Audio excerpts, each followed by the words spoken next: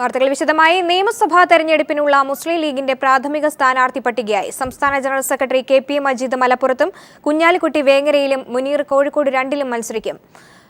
Abdussamad Samadani, M Ummer, Muhammad ഉണ്ണി ഹാജി തുടങ്ങിയ നിലവിലെ 5 MLA-മാർക്ക് പട്ടികയിൽ ഇടമില്ല. കൂടുതൽ വിവരങ്ങളുമായി ഇപ്പോൾ KT സ്വാലിഹ് ചേരുന്നുണ്ട്. സ്വാലിഹ്, എന്തൊക്കെയാണ് വിവരങ്ങൾ? സ്വാമി, നിലവിലെ MLA-മാരായ അബ്ദുസമദ് സമദാനി, അഡ്വക്കേറ്റ് M ഉമ്മർ, മുഹമ്മദ് ഉണ്ണി ഹാജി, അബ്ദുൾ റസാഖ് തുടങ്ങി 5 പേർക്കാണ് സീറ്റില്ലാത്തത്. മലപ്പുറം ജില്ലയിലെ വേങ്ങര മണ്ഡലത്തിൽ കഴിഞ്ഞ തവണത്തേതുപോലെ PK കുഞ്ഞാലിക്കുട്ടിയും, തിരൂരങ്ങാടിയിൽ PK അബ്ദുൾ റബ്ബും, ഏറനാട് മണ്ഡലത്തിൽ PK ബഷീറും, തിരൂരിൽ C മമ്മൂട്ടിയും, താനൂരിൽ അബ്ദുറഹ്മാൻ രണ്ടത്താണിയും തുടരും.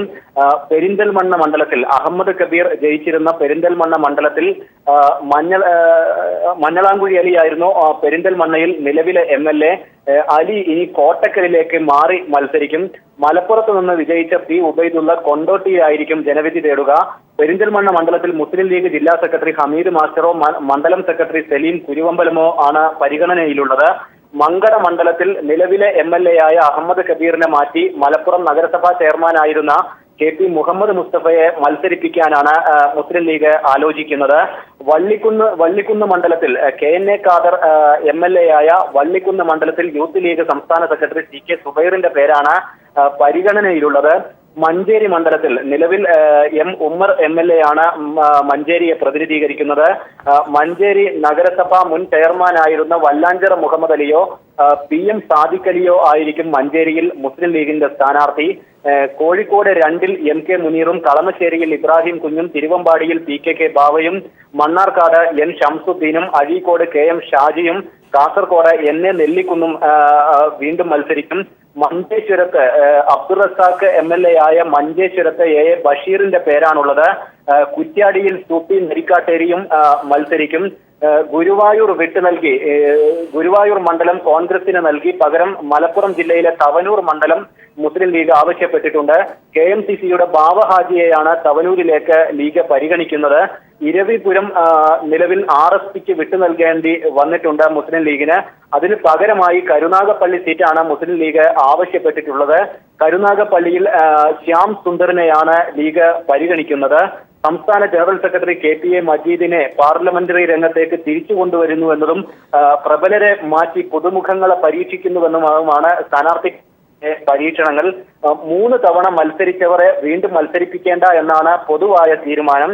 ഇതിൽ സംസ്ഥാന ഭാരവാഹികൾക്ക് ഇളവ് നൽകും. അതോടൊപ്പം തന്നെ മുസ്ലിം ലീഗ് MLA-മാരുടെ പ്രവർത്തനങ്ങൾ വിലയിരുത്തുന്നതിനുള്ള ഒരു സർവേ റിപ്പോർട്ട് തയ്യാറാക്കിയിരുന്നു. ഇതിൽ മികച്ച പ്രകടനം നടത്തിയ MLA-മാർക്കും ഇളവ് നൽകിയിട്ടുണ്ട്. അങ്ങനെയാണ് C മമ്മൂട്ടിയെ പട്ടികയിൽ ഉൾപ്പെടുത്തിയിട്ടുള്ളത്. ടോമി. KT സ്വാലിഹ് മലപ്പുറത്ത് നിന്ന്. പാമോലിൻ അഴിമതി ഇടപാടുകൾ മുഖ്യമന്ത്രി ഉമ്മൻചാണ്ടിയുടെ അറിവോടെയെന്ന് തൃശൂർ വിജിലൻസ് കോടതി. കേസുമായി ബന്ധപ്പെട്ട ഫയലുകൾ അന്നത്തെ ധനമന്ത്രിയായിരുന്ന ഉമ്മൻചാണ്ടി കണ്ടിരുന്നതായി കോടതിയുടെ നിരീക്ഷണം. കേസിലെ 3-4 പ്രതികളായ മുൻ chief secretary Padmakumar, additional secretary Zacharia Mathew എന്നിവരുടെ വിടുതൽ ഹർജി പരിഗണിക്കവെയാണ് കോടതിയുടെ പരാമർശം. ഉദ്യോഗസ്ഥർ നടപ്പാക്കുന്നത് മന്ത്രിസഭാ തീരുമാനങ്ങളാണെന്നും ഇരുവരെയും കുറ്റവിമുക്തരാക്കിയുള്ള ഉത്തരവിൽ കോടതി വ്യക്തമാക്കി. സോളാർ ബാർക്കോഴ വിവാദങ്ങളിൽ രക്ഷപ്പെട്ടു നിന്നിരുന്ന മുഖ്യമന്ത്രി ഉമ്മൻചാണ്ടിയുടെ രാഷ്ട്രീയ നിലനിൽപ്പിനെ ചോദ്യം ചെയ്യുന്നതാണ് പാമോലിൻ കേസിൽ തൃശൂർ വിജിലൻസ് കോടതിയുടെ നിരീക്ഷണം. പാമോലിൻ ഇടപാട് നടക്കുമ്പോൾ ധനമന്ത്രിയായിരുന്ന ഉമ്മൻചാണ്ടിയുടെ അറിവോടെയാണ് അഴിമതി നടന്നതെന്ന് കോടതി പരാമർശിച്ചു. കേസിലെ 3-ാം പ്രതിയായ മുൻ chief secretary Padmakumar, additional secretary Zachariah Mathew എന്നിവരുടെ വിടുതൽ ഹർജി പരിഗണിക്കവെയാണ് കോടതി പരാമർശം. മന്ത്രിസഭാ തീരുമാനങ്ങളാണ് ഉദ്യോഗസ്ഥർ നടപ്പാക്കുന്നത്. അഴിമതി കേസുകളിൽ ഉദ്യോഗസ്ഥരെ മാത്രം പഴിചാരാൻ സാധിക്കില്ലെന്ന് വ്യക്തമാക്കിയ കോടതി ഇരുവരെയും കുറ്റവിമുക്തരാക്കി. അതനുസരിക്കുക മാത്രമേ അവർക്ക് ചെയ്യാൻ പറ്റുള്ളൂ. അത് അനുസരിക്കുകയല്ലാതെ വേറെ അവരുടെ ഭാഗത്തു നിന്നും ഈ കാര്യത്തിൽ എന്തെങ്കിലും വീഴ്ചയോ കുറ്റകൃത്യങ്ങളോ ഉണ്ടായിട്ടില്ല എന്ന് പറഞ്ഞിട്ട് കോടതി ഈ 2 പ്രതികളുടെയും ഡിസ്ചാർജ് പെറ്റീഷന് അലവ് ചെയ്തിട്ട് അവരെ. ഇടപാടിന് മുമ്പ് അന്നത്തെ ധനമന്ത്രി ഫയൽ കാണണമെന്ന് അഡീഷണൽ സെക്രട്ടറി നോട്ട് എഴുതിയിരുന്നു. ഉമ്മൻചാണ്ടി ഫയൽ കണ്ടിരുന്നതായുള്ള നിരീക്ഷണം പരിഗണിച്ചാണ് വിടുതൽ ഹർജിയിലെ ഉത്തരവിൽ മുഖ്യമന്ത്രിക്കെതിരെ പരാമർശമുണ്ടായത്. തനിക്ക് ഇടപാടിൽ പങ്കില്ലെന്ന മുഖ്യമന്ത്രി ഉമ്മൻചാണ്ടിയുടെ അവകാശവാദം ഇതോടെ പൊളിഞ്ഞു. 1991-92 കാലയളവിൽ അധിക വില നൽകി പാമോലിൻ ഇറക്കുമതി ചെയ്ത കേസിൽ 2.5 പതിറ്റാണ്ടിന് ശേഷമാണ് ഉമ്മൻചാണ്ടിയുടെ പങ്ക് വെളിച്ചത്ത് വരുന്നത്. കേസിലെ 2-ാം പ്രതി TH മുസ്തഫ, 5-ാം പ്രതി ജിജി തോംസൺ എന്നിവർ പ്രതിയായി തുടരും. News bureau, Thrissur. പാമോലിൻ കേസിൽ വിജിലൻസ് കോടതിയുടെ പരാമർശം മുഖ്യമന്ത്രി ഉമ്മൻചാണ്ടിക്ക് രാഷ്ട്രീയമായി കനത്ത തിരിച്ചടിയാവുകയാണ്. സോളാർ കേസിൽ സരിതാ നായർ മുഖ്യമന്ത്രിക്കെതിരെ നടത്തിയ വെളിപ്പെടുത്തലുകൾക്ക് പിന്നാലെ കോടതി പരാമർശം തെരഞ്ഞെടുപ്പ് അടുത്തിരിക്കെ കോൺഗ്രസിനെയും UDF-നെയും പ്രതിരോധത്തിലാക്കും. മുഖ്യമന്ത്രിക്കെതിരെ തുടരെയുണ്ടാകുന്ന ആരോപണങ്ങളിൽ ഹൈക്കമാൻഡ് കടുത്ത അസംതൃപ്തിയിലായിരിക്കെയാണ് ഏറ്റവും ഒടുവിൽ വിജിലൻസ് കോടതി പരാമർശവും വന്നിരിക്കുന്നത്. സോളാർ കേസിൽ സരിതാ നായർ മുഖ്യമന്ത്രിക്കെതിരെ ശക്തമായ ആക്ഷേപങ്ങൾ ഉന്നയിച്ചത് തെരഞ്ഞെടുപ്പിനെ ബാധിക്കുമെന്ന വിലയിരുത്തലാണ് കേന്ദ്ര നേതൃത്വം. ഈ പശ്ചാത്തലത്തിൽ ഉമ്മൻചാണ്ടിയെ മുൻനിർത്തി നിയമസഭാ തെരഞ്ഞെടുപ്പിനെ നേരിട്ടാൽ വൻ തിരിച്ചടിയുണ്ടാകും എന്ന വസ്തുത കൂടി മനസ്സിലാക്കിയാണ് VM സുധീറിനെയും ചെന്നിത്തലയെയും കൂടി കളത്തിലിറക്കാൻ നേതൃത്വം തീരുമാനിച്ചത്. കേരളത്തെ വികസനത്തിന്റെ പാതയിൽ എത്തിച്ചുവെന്ന് അവകാശപ്പെടുന്ന മുഖ്യമന്ത്രിയെ ഉയർത്തിക്കാട്ടാത്തത് അദ്ദേഹത്തിന് വൻ തിരിച്ചടിയായിരിക്കുകയാണ് കോടതി പരാമർശം. പാമോയിൽ കേസിൽ വിജിലൻസ് കോടതി പരാമർശം സോളാർ ആരോപണങ്ങൾക്കൊപ്പം തെരഞ്ഞെടുപ്പിൽ പ്രധാന ചർച്ചാവിഷയവുമാകും. ഇത് UDF-നെയും കോൺഗ്രസിനെയും കൂടുതൽ പ്രതിരോധത്തിലുമാക്കും. ഉമ്മൻചാണ്ടിയുടെ നേതൃത്വത്തിൽ തെരഞ്ഞെടുപ്പിനെ നേരിടേണ്ടതില്ലെന്ന കോൺഗ്രസിലെ ആവശ്യത്തിന് കൂടുതൽ ശക്തി പകർന്നുകൂടിയായി മാറുകയാണ് വിജിലൻസ് കോടതി പരാമർശം. News bureau, Thiruvananthapuram. രാഷ്ട്രപതിയുടെ നയപ്രഖ്യാപന പ്രസംഗത്തോടെ പാർലമെന്റിന്റെ ബജറ്റ് സമ്മേളനത്തിന് തുടക്കമായി. ജനാധിപത്യം സംവാദങ്ങൾക്കും ചർച്ചകൾക്കുമാണ് ക്ഷണിക്കുന്നതെന്ന് രാഷ്ട്രപതി പ്രണബ് മുഖർജി നയപ്രഖ്യാപന പ്രസംഗത്തിൽ പറഞ്ഞു. അംഗങ്ങൾ പരസ്പര ബഹുമാനത്തോടെ പാർലമെന്റ് നടപടികൾ ക്രിയാത്മകമായി കൊണ്ട് പോകണം. വനിതകൾക്ക് പ്രതിരോധ മേഖലയിലെ എല്ലാ വിഭാഗത്തിലും പ്രാതിനിധ്യം നൽകണമെന്നതാണ് കേന്ദ്ര സർക്കാരിന്റെ നയമെന്നും രാഷ്ട്രപതി പറഞ്ഞു. പാർലമെന്റിന്റെ ഇരുസഭകളെയും അഭിസംബോധന ചെയ്ത് സെൻട്രൽ ഹാളിൽ നടന്ന രാഷ്ട്രപതിയുടെ നയപ്രഖ്യാപന പ്രസംഗം 1.5 മണിക്കൂർ നീണ്ടു. നയപ്രഖ്യാപനത്തിന്റെ ഭൂരിഭാഗവും കേന്ദ്ര സർക്കാർ പദ്ധതികളുടെ തൽസ്ഥിതി അവലോകനമായി. പ്രസംഗത്തിന്റെ അവസാനം പാർലമെന്റ് നടപടികൾ ബഹളമില്ലാതെ ക്രിയാത്മകമായി കൊണ്ടുപോകണമെന്ന് രാഷ്ട്രപതി ആവശ്യപ്പെട്ടു. MP-മാർ പരസ്പര ബഹുമാനത്തോടെ ചർച്ചകളിൽ പങ്കെടുക്കണം. ജനാധിപത്യം ചർച്ചകൾക്കും സംവാദങ്ങൾക്കുമാണ് ക്ഷണിക്കുന്നത്, അല്ലാതെ വിള്ളൽ വീഴ്ത്താനും തടസ്സപ്പെടുത്താനുമല്ല. Democratic temper calls for debate and discussion and not disruption or obstruction. പാകിസ്ഥാനുമായി പരസ്പര ബഹുമാനത്തോടെയുള്ള ബന്ധമാണ് ഇന്ത്യ ആഗ്രഹിക്കുന്നതെന്ന് പ്രണബ് മുഖർജി വ്യക്തമാക്കി. വനിതകൾക്ക് പ്രതിരോധ വിഭാഗത്തിലെ എല്ലാ മേഖലകളിലും ഭാവിയിൽ പ്രാതിനിധ്യം നൽകും. പത്താൻകോട്ട് ആക്രമണത്തിൽ പങ്കെടുത്ത സൈനികരെ രാഷ്ട്രപതി അഭിനന്ദിച്ചു. മേക്ക് ഇൻ ഇന്ത്യ പദ്ധതിയിലൂടെ FDI നിക്ഷേപം 39% വർദ്ധിപ്പിക്കാൻ സാധിച്ചു. 20,000 മദ്രസ വിദ്യാർത്ഥികൾക്ക് നൈപുണ്യ പദ്ധതിയിലൂടെ പരിശീലനം നൽകി. പാവങ്ങളുടെയും കർഷകരുടെയും തൊഴിൽരഹിതരായ യുവാക്കളുടെയും ഉന്നമനമാണ് സർക്കാരിന്റെ ലക്ഷ്യമെന്നും നയപ്രഖ്യാപനത്തിൽ വ്യക്തമാക്കുന്നു. അതേസമയം രാജ്യത്ത് വൻ പ്രതിഷേധത്തിന് വഴിതെളിച്ചിരിക്കുന്ന JNU വിഷയം അടക്കമുള്ളതിനെക്കുറിച്ച് രാഷ്ട്രപതി മൗനം പാലിച്ചു. എല്ലാ ക്രിയാത്മക ചർച്ചകൾക്കും തന്റെ സർക്കാർ തയ്യാറാണെന്ന് പ്രധാനമന്ത്രി നരേന്ദ്രമോദി പാർലമെന്റ് സമ്മേളനത്തിന് മുന്നോടിയായി മാധ്യമങ്ങളോട് പറഞ്ഞു. Santhosh സർലിംഗ്, news bureau, Delhi. രാഹുൽ ഗാന്ധിയുമായുള്ള കൂടിക്കാഴ്ചയ്ക്ക് ശേഷം UDF MP-മാർ ഇപ്പോൾ മാധ്യമങ്ങളെ കാണുകയാണ്. തത്സമയ ദൃശ്യത്തിലേക്ക്. 1 കിലോ റബ്ബറിന്റെ വില. ഇതേ സമയത്ത് ഇറക്കുമതി കൂടുതലായി തുടർന്നാൽ വരുന്ന കാലഘട്ടങ്ങളിൽ ഒന്നും റബ്ബറിന് ന്യായവില വിലയിക്കുന്ന സാഹചര്യം കേരളത്തിലെ കൃഷിക്കാർക്ക് നഷ്ടപ്പെടും. അതുകൊണ്ട് അടിയന്തരമായി റബ്ബർ ഇറക്കുമതി നിരോധിക്കണം. റബ്ബർ സംഭരിക്കാൻ 1000 കോടി ഉറുപ്പിക ബഡ്ജറ്റ് വിഹിതമായി കേരള ഗവൺമെൻറ്റിനോ റബ്ബർ ബോർഡിനോ നൽകണം. റബ്ബർ ബോർഡ് ഉടൻ പുനഃസംഘടിപ്പിക്കണം. അതോടൊപ്പം തന്നെ ഇനി ഇറക്കുമതി നടക്കുന്നതിന് 90% ചെന്നൈ മുംബൈ പോർട്ടുകൾ വഴിയാണ്. ഈ 2 പോർട്ടുകളും തുറന്നു കൊടുത്തുകൊണ്ട് മറ്റ് പോർട്ടുകൾ വഴിയുള്ള റബ്ബർ ഇറക്കുമതി നിരോധിക്കുന്നു എന്ന് പറയുന്നതിൽ യാതൊരു അർത്ഥവുമില്ല. അതുകൊണ്ട് ചെന്നൈ മുംബൈ പോർട്ടുകൾ വഴിയുള്ള റബ്ബറിൻ്റെ ഇറക്കുമതി നിരോധിക്കണം. വരുന്ന 6 മാസക്കാലത്തേക്ക് ഇറക്കുമതി നിരോധിക്കുക തന്നെ വേണം എന്നുള്ളതാണ് ഞങ്ങൾ പ്രധാനമന്ത്രിയെ കണ്ട് അഭ്യർത്ഥിച്ചതിൻ്റെ മുഖ്യമായ വിഷയങ്ങൾ. ഞങ്ങൾ ഈ ഇരിക്കുന്ന MP-മാരോടൊപ്പം ശശി തരൂർ, മുല്ലപ്പള്ളി രാമചന്ദ്രൻ, KC വേണുഗോപാൽ, ET മുഹമ്മദ് ബഷീർ, മുഹമ്മദ് ബഷീർ ഇവിടെയുണ്ട്, അഹമ്മദ് സാഹിബ്, ഇത്രയും MP-മാർ കൂടി ഞങ്ങളോടൊപ്പം പാർലമെൻറ്റിലുണ്ടായിരുന്നു. പാർലമെൻറ്റിൽ എല്ലാ MP-മാരോടുമായി വളരെ വിശദമായി പ്രധാനമന്ത്രി ഇക്കാര്യം ചർച്ച ചെയ്യുകയും ഉടനടി തന്നെ കേരളത്തിലെ MP-മാരുടെ യോഗം ഇത് സംബന്ധമായി വിളിച്ചു ചേർക്കാം ഇതിൽ അനുഭാവപൂർണമായ ഒരു തീരുമാനമെടുക്കാമെന്ന് കേരളത്തിലെ UDF MPമാർക്ക് അദ്ദേഹം ഉറപ്പ് നൽകുകയും ചെയ്തു. ഇവിടെ സൂചിപ്പിച്ചതുപോലെ ഏറ്റവും പ്രധാനമായും അടിയന്തരമായിട്ട് ചെയ്യേണ്ടത് റബ്ബർ കർഷകർക്ക് 1 കിലോ റബ്ബറിന് 200 രൂപയെങ്കിലും വില ഉറപ്പുവരുത്തുക എന്നുള്ളതാണ്. അപ്പോൾ സംസ്ഥാന സർക്കാർ 150 രൂപ വെച്ച് കൊടുക്കുന്നുണ്ട്. അടുത്ത സാമ്പത്തിക വർഷത്തേക്ക് 500 കോടി രൂപ ഈ കഴിഞ്ഞ ബഡ്ജറ്റിൽ ബഹുമാനപ്പെട്ട മുഖ്യമന്ത്രി ശ്രീ ഉമ്മൻചാണ്ടി വകയിരുത്തുകയുണ്ടായി. അപ്പോൾ കൂടുതൽ തുക നമുക്ക് 200 രൂപ ആക്കണമെന്നുണ്ടെങ്കിൽ കേന്ദ്രത്തിൽ നിന്ന് ആവശ്യമായ തുകയോടെ കൊടുക്കണം. അത് ഏറ്റവും പ്രധാനപ്പെട്ടതാണ്. അതോടൊപ്പം തന്നെ ഇവിടെ സൂചിപ്പിച്ചതുപോലെ 2 തീരുമാനങ്ങൾ കഴിഞ്ഞ 2 മാസക്കാലം മുമ്പ് വന്നിരുന്നു.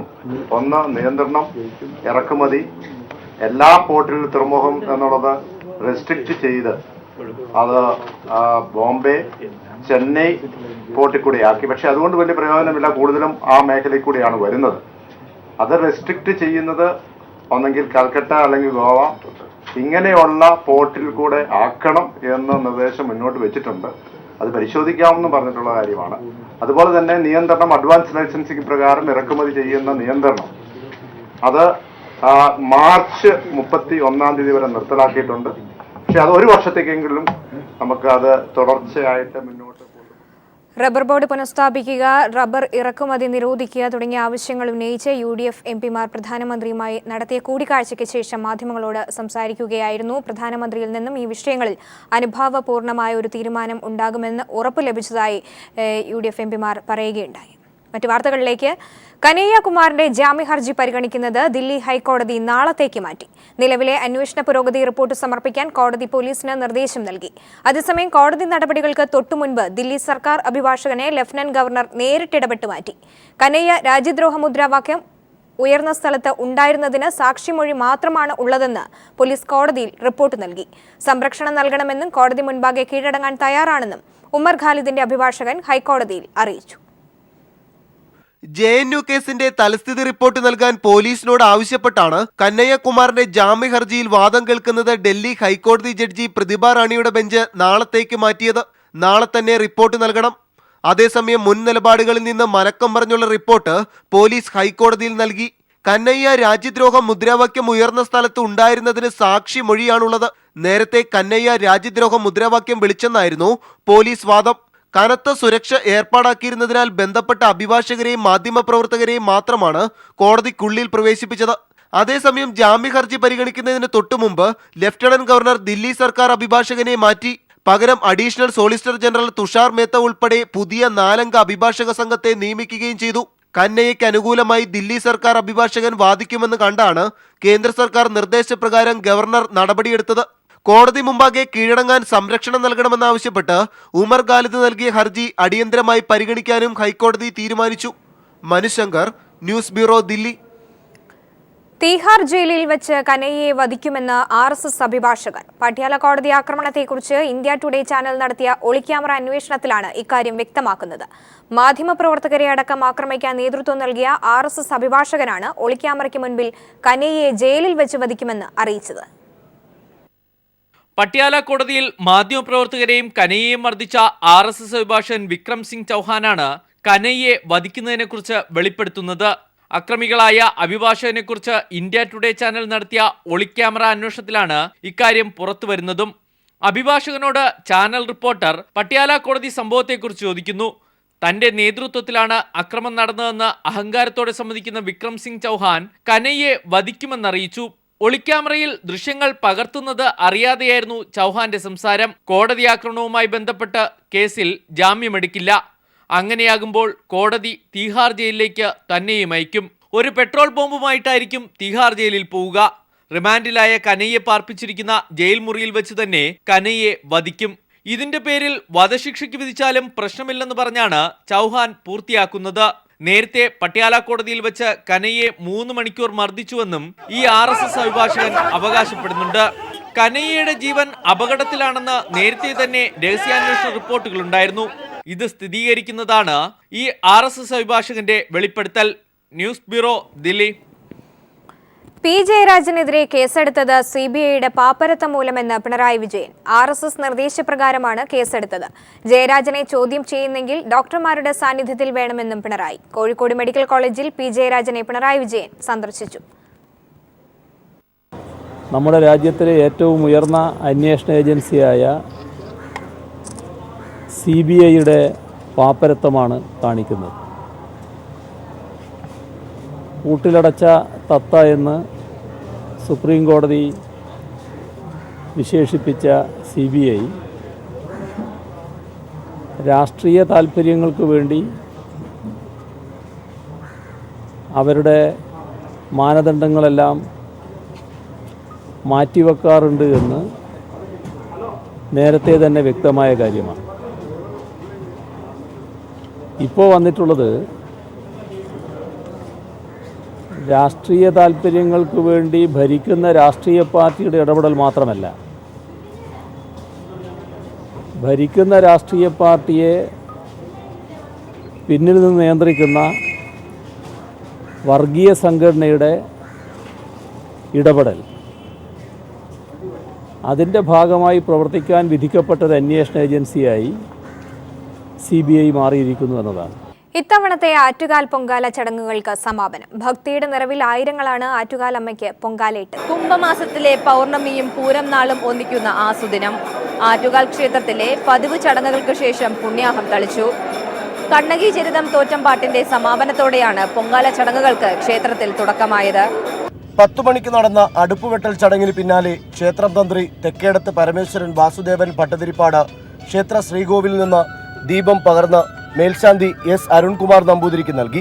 തുടർന്ന് ക്ഷേത്രത്തിലെ വലിയ ചെറിയ തിടപ്പള്ളി അടുപ്പുകളിൽ തീ കത്തിച്ച ശേഷം അതേ ദീപം സഹമേൽശാന്തിക്ക് കൈമാറുകയായിരുന്നു.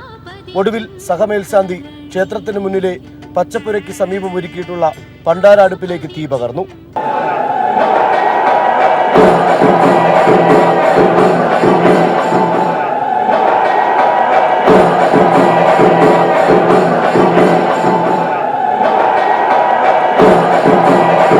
ക്ഷേത്രത്തിൽ നിന്നുള്ള ചെണ്ടമേളവും മൈക്കിലൂടെയുള്ള അറിയിപ്പും കതിനാവെടിയും വായ്ക്കുരവയും ഉയർന്നതോടെ ലക്ഷക്കണക്കിന് പൊങ്കാല അടുപ്പുകളും ആ അഗ്നിനാളം ഏറ്റുവാങ്ങി.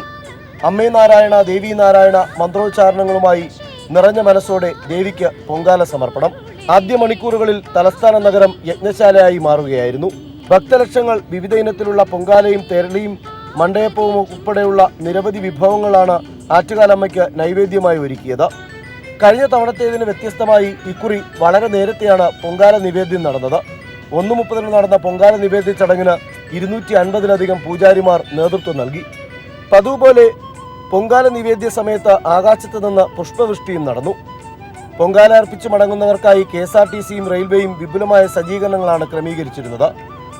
3000-ലധികം പോലീസിന്റെയും ഷാഡോ പോലീസ് കമാൻഡോകൾ എന്നിവരുടെയും സുരക്ഷാ വലയത്തിലായിരുന്നു തലസ്ഥാന നഗരം. നിറഞ്ഞ മനസ്സോടെ ആറ്റുകാൽ ദേവിയുടെ മുന്നിൽ പൊങ്കാല അർപ്പിച്ചു. അടുത്ത വർഷം വരാമെന്ന ഉറപ്പും നൽകി. പ്രതീക്ഷയോടെ ഒരു മടക്കം. ക്യാമറാമാൻമാരായ രാഹുൽ ചന്ദ്രനും ബിച്ചു പൂവച്ചലിനും ഷീജയ്ക്കുമൊപ്പം സുനിൽ അരിമാനൂർ. ഇത്തവണത്തെ പൊങ്കാലയിൽ പങ്കെടുത്ത താരങ്ങളുടെ ഇടയിൽ നടി കൽപ്പനയുടെ അഭാവമായിരുന്നു ഏറെ നിഴലിച്ചത്. പൊങ്കാലയിലെ സ്ഥിരം സാന്നിധ്യമായിരുന്നു അടുത്തിടെ അന്തരിച്ച കൽപ്പന. കഴിഞ്ഞ കുറേ വർഷങ്ങളായി ആറ്റുകാൽ പൊങ്കാലയിലെ താരസാന്നിധ്യം എന്ന് പറയുമ്പോൾ ഏവരുടെയും മനസ്സിലേക്ക് ആദ്യമെത്തുന്ന പേരിൽ ഒന്ന് കൽപ്പനയുടേതായിരുന്നു. എന്നാൽ മലയാളികൾക്ക് ഞെട്ടലായിരുന്നു നടി കൽപ്പനയുടെ വിയോഗം. പൊങ്കാലയ്ക്കെത്തിയ താരങ്ങൾക്ക് ഇന്നും ആ വിയോഗം ഉൾക്കൊള്ളാനായിട്ടില്ല. പൊങ്കാല എന്ന് പറഞ്ഞാൽ നമുക്ക് എല്ലാവർക്കും പെട്ടെന്ന് ഓടിയെത്തുന്ന കൽപ്പനേച്ചി തന്നെയാണ്. അത് ശരിക്കും അതൊരു വലിയൊരു കുറവായിട്ട് തന്നെയാണ് എനിക്ക് തോന്നുന്നത്. ഒരുപാട് വർഷമായിട്ട് കൂടെ ഉണ്ടായിരുന്ന ഒരാളില്ലാത്തതിൻ്റെ ഒരു വിഷമം. കൽപ്പനയുടെ ആത്മാവിന് നിത്യശാന്തിക്കായി കൂടി പ്രാർത്ഥിച്ചാണ് ഇവർ ആറ്റുകാലമ്മയ്ക്ക് പൊങ്കാലയർപ്പിച്ചത്. നടിമാരായ Vidhubala, Priyanka, Iniya, TT Usha, governor justice P. സദാശിവത്തിന്റെ ഭാര്യ സരസ്വതി അമ്മാൾ, ADGPമാരായ അരുൺകുമാർ സിൻഹ, ലോക്നാഥ് ബെഹ്റ എന്നിവരുടെ ഭാര്യമാരായ മീത സുരേന്ദ്രൻ, മാധുരി, മഹിളാ കോൺഗ്രസ് അധ്യക്ഷ ബിന്ദു കൃഷ്ണ തുടങ്ങിയവരും ആറ്റുകാലമ്മയ്ക്ക് പൊങ്കാലയർപ്പിച്ചു. ക്യാമറാമാൻ രാഹുൽ ചന്ദ്രനൊപ്പം S. Sheeja. Vigilance director Shankar റെഡ്ഡിക്കെതിരെ വിജിലൻസ് കോടതിയിൽ ഹർജി. കണ്ണൂർ വിമാനത്താവള നിർമ്മാണവുമായി ബന്ധപ്പെട്ട് ലോകായുക്ത നിർദ്ദേശിച്ച അന്വേഷണം അട്ടിമറിച്ചെന്നാണ് പരാതി. മരം മുറിച്ചതിലെ അഴിമതി അന്വേഷണമാണ് അട്ടിമറിച്ചത്. കരാറുകാരൻ KV ജെയിംസ് ആണ് ഹർജി നൽകിയത്. ഹർജി തലശ്ശേരി വിജിലൻസ് കോടതി ഫയലിൽ സ്വീകരിച്ചു.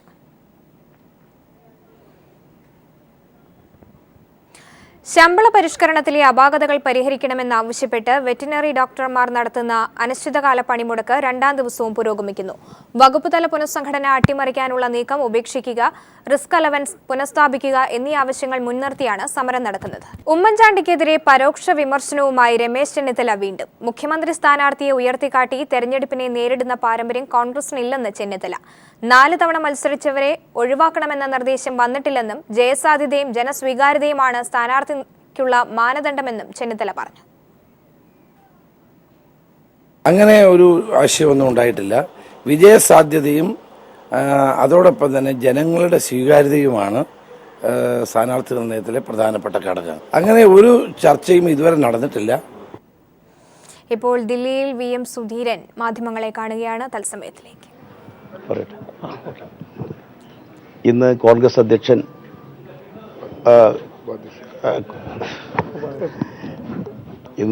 ഉപാധ്യക്ഷൻ ശ്രീ രാഹുൽ ഗാന്ധിയെ അദ്ദേഹത്തിൻ്റെ വസതിയിൽ ചെന്ന് കണ്ടിരുന്നു. കേരളത്തെ സംബന്ധിച്ച് അദ്ദേഹത്തിന് കൃത്യമായൊരു ധാരണയുണ്ട്. കേരള സന്ദർശന വേളയിൽ തന്നെ അദ്ദേഹവുമായി നിരവധി പേർ സംസാരിച്ചിട്ടുണ്ട്.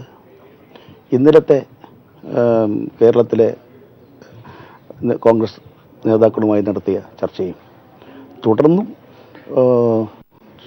ചില കാര്യങ്ങൾ അദ്ദേഹത്തോട് സംസാരിച്ചു. കേരളത്തിലെ സ്ഥിതിഗതികൾ ശരിയായ രൂപത്തിൽ തന്നെ അദ്ദേഹത്തെ ബോധ്യപ്പെടുത്തിയിട്ടുണ്ട്. ഈ തെരഞ്ഞെടുപ്പിൽ ജയിക്കുക എന്നുള്ളത് കോൺഗ്രസിൻ്റെ ദേശീയ നേതൃത്വം അങ്ങേയറ്റം താല്പര്യത്തോടെ കാണുന്നൊരു സംഗതിയാണ്. ദേശീയ തലത്തിൽ BJPക്കെതിരെ കോൺഗ്രസിൻ്റെ നേതൃത്വത്തിൽ ഉയർന്നു വരുന്ന ആ ഒരു വലിയ മുന്നേറ്റം, ആ മുന്നേറ്റത്തിൽ മതേതര കേരളം അണിചേരുക, അത് ഫലപ്രദമായി കോൺഗ്രസിൻ്റെ നേതൃത്വത്തിലുള്ള UDFൻ്റെ വിജയത്തിലൂടെ യാഥാർത്ഥ്യമാക്കണമെന്നുള്ളതാണ് അവരെല്ലാം ആഗ്രഹിക്കുന്നത്. അതനുസരിച്ച് തന്നെ മുന്നോട്ട് പോകാനുള്ള തയ്യാറെടുപ്പിലാണ് കേരളത്തിലെ കോൺഗ്രസ് നേതൃത്വം. സ്ഥാനാർത്ഥി നിർണയം സംബന്ധിച്ച് നടപടികൾ നാളെ തന്നെ ആരംഭിക്കുകയാണ്. ജില്ലകളിലേക്ക് നിയോഗിക്കപ്പെട്ടിട്ടുള്ള 3 അംഗ ഉപസമിതി അംഗങ്ങളുടെ അടിയന്തര യോഗം നാളെ തിരുവനന്തപുരത്ത് KPCC ഓഫീസിൽ വെച്ച് 4 മണിക്ക് ചേരുന്നുണ്ട്. അതിൽ വെച്ച് ഈ സമിതി സ്വീകരിക്കേണ്ട സമീപനം, അവർക്ക് കൃത്യമായൊരു മാർഗനിർദ്ദേശം നാളത്തെ യോഗത്തിൽ വെച്ച് ചർച്ച ചെയ്ത് നൽകുന്നതാണ്. മുഖ്യമന്ത്രി ഉമ്മൻചാണ്ടിയും ആഭ്യന്തര വകുപ്പ് മന്ത്രിയും KPCC പ്രസിഡന്റും അതിൽ സംബന്ധിക്കുന്നുണ്ട്. അതോടുകൂടി തന്നെ സ്ഥാനാർത്ഥി നിർണയത്തിൻ്റെ പ്രോസസ്സ് ആരംഭിക്കുന്നു. 28-ാം തീയതിക്കകം ഈ സമിതികൾ ജില്ലകളിലെ ബന്ധപ്പെട്ട നേതാക്കളുമായി ഘടകങ്ങളുമായി ആശയവിനിമയം നടത്തി അവരുടെ റിപ്പോർട്ട് സമർപ്പിക്കേണ്ടതാണ്. 1-ാം തീയതി ഈ റിപ്പോർട്ടിൻ്റെ അടിസ്ഥാനത്തിൽ ഈ 3 അംഗ സമിതി അംഗങ്ങളുമായി ജില്ലകളിലെ പ്രത്യേകമായി അവരുമായി ഞങ്ങൾ 3 പേരും ചർച്ച നടത്തി അതിൻ്റെ അടിസ്ഥാനത്തിൽ ഒരു പ്രാഥമികമായ ഒരു കരട് റിപ്പോർട്ട് തയ്യാറാക്കും.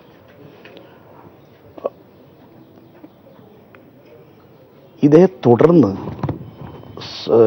സമാനമായി തന്നെ ഇതേ രീതിയിൽ തന്നെ ഘടകകക്ഷികളുമായിട്ടുള്ള ചർച്ച പൂർത്തിയാക്കാനുള്ള ശ്രമങ്ങൾ മുന്നോട്ട് നീങ്ങും. അപ്പോൾ സ്ഥാനാർത്ഥികളെ സംബന്ധിച്ച് ഒരു പെർഫെക്ഷൻ ഉണ്ടാക്കാനുള്ള ശ്രമത്തിലാണ്. നമ്മൾ ആഗ്രഹിക്കുന്ന രീതിയിൽ നേരത്തെ ഇന്നലെ സംസാരിച്ചതുപോലെ ജനസ്വീകാര്യതയും ജയസാധ്യതയും ജനസ്വീകാര്യതയും ഈ ഒരു തത്വത്തിൻ്റെ അടിസ്ഥാനത്തിൽ ഒരു കുറ്റമറ്റ ഒരു ലിസ്റ്റ് തയ്യാറാക്കുക, എല്ലാവർക്കും സ്വീകാര്യമായ ഒരു നല്ല ലിസ്റ്റ് തയ്യാറാക്കുക, ആ ഒരു വലിയ ദൗത്യമാണ് ഏറ്റെടുത്തിട്ടുള്ളത്. അത് മുന്നോട്ട് കൊണ്ടുപോകുന്നതിനുള്ള എല്ലാ ശ്രമങ്ങളുമാണ് നടത്തിക്കൊണ്ടിരിക്കുന്നത്. ഘടകകക്ഷികളുമായിട്ടുള്ള ചർച്ച ഘടകകക്ഷികളുമായി ചർച്ച എത്രയും പെട്ടെന്ന്, കാരണം ഇപ്പോൾ മുഖ്യമന്ത്രിയുടെ അവരാണ് പ്രധാനമായും മുഖ്യമന്ത്രി ഇനീഷ്യേറ്റ് ചെയ്യണം. ഞങ്ങൾ എല്ലാവരും അതിനകത്തുണ്ട്. UDF ചെയർമാൻ എന്നുള്ള നിലയിൽ അദ്ദേഹം ആണ് അതിൽ മുൻകൈ എടുക്കുന്നത്. അദ്ദേഹത്തോടൊപ്പം ഞങ്ങൾ എല്ലാവരും കൂടെ ചേർന്ന് എത്രയും വേഗത്തിൽ അത് പൂർത്തിയാക്കാനാണ് ശ്രമിക്കുന്നത്. അത് ഇന്ന് രാവിലെ തന്നെ പറയുകയുണ്ടായി.